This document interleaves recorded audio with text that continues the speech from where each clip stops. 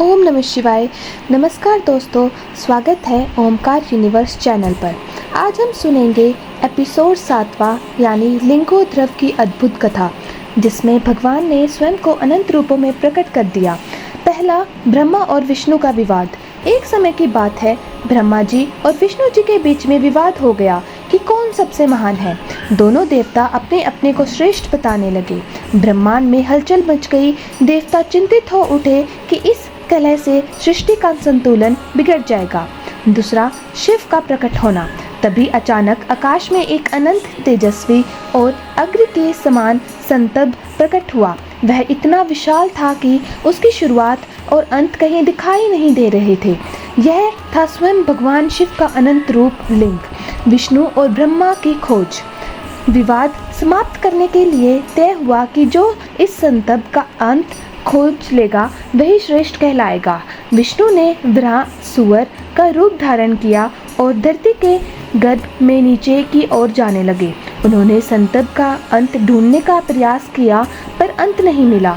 वहीं ब्रह्मा ने हंस का रूप लिया और आकाश की ओर उड़ते चले गए।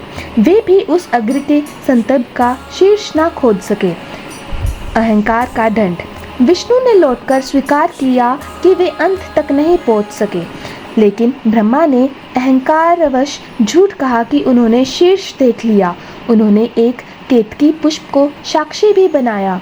तभी शिव जी प्रकट हुए और बोले, ब्रह्मा, तुमने असत्य कहा है। अहंकार और झूठ से कोई महान नहीं बन सकता, इसलिए तुम्हारी पूजा कभी पृथ्वी पर व्यापक रूप से नहीं होगी।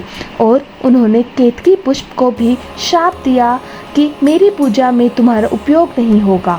शिवलिंग की महिमा। इसी प्रकार भगवान शिव ने अपने अनंत और निराकार स्वरूप को प्रकट किया।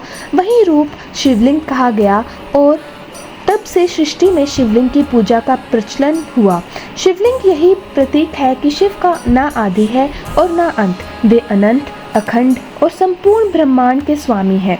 दोस्तों, यही है लिंगोद्भव कथा। यह हमें सिखाती है कि अहंकार का अंत विनाश है और सत्य का मार्ग ही ईश्वर तक ले जाता है। अगर आपको यह वीडियो अच्छी लगी हो तो लाइक, शेयर और सब्सक्राइब करना ना भूले। हर हर महादेव। ओम नमः शिवाय।